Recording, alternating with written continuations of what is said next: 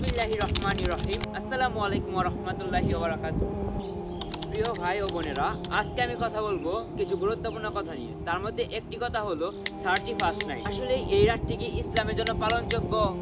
ইসলামে এই বিষয়টি কি বলে তা এখন আমি আপনাদের বলবো। প্রথমত, 31st নাইটটি ইসলামের কোনো রাত নয়, এটি এসেছে ইংরেজি ক্যালেন্ডার থেকে। এর মূল শিকড় হলো রোমান ও খ্রিস্টান সংস্কৃতি।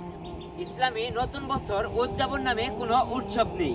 রাসূল সাল্লাল্লাহু আলাইহি ওয়াসাল্লাম মদিনায় এসে বলেছিলেন যে আল্লাহ তাআলা আমাদের জন্য দুটি বিশেষ দিন নির্বাচন করেছিলেন।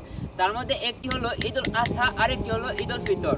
আর এর বাইরে উৎসব বানানো এটি কোনো ইসলামের শিক্ষা নয়। নবী সাল্লাল্লাহু আলাইহি ওয়াসাল্লাম বলেছেন যে যে যে জাতির অনুকরণ করে সে তাদের অন্তর্ভুক্ত। আর এই 31st নাইটটি এটি অমুসলিমের কাজ।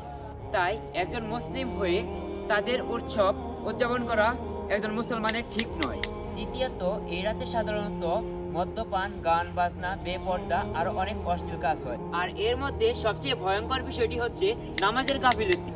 তাছাড়াও 31st নাইট রাতে আতশবাজি আরো বিভিন্ন ধরনের বাজি ফুটিয়ে অনেক পাখিরও ক্ষতি হয়। আসলে নতুন বছর আসা মানে কোনো আনন্দের বিষয় নয়, এটি আমাদের জীবন থেকে একটি বছর পার করে দেয় আর আমরা মৃত্যুর আরো কাছে চলে যাই। তাই একজন মুমিনের কাজ হলো নিজের আমলের হিসাব নেওয়া এবং গুনাহ থেকে তওবা করা আর আল্লাহর পথে ফিরে আসা।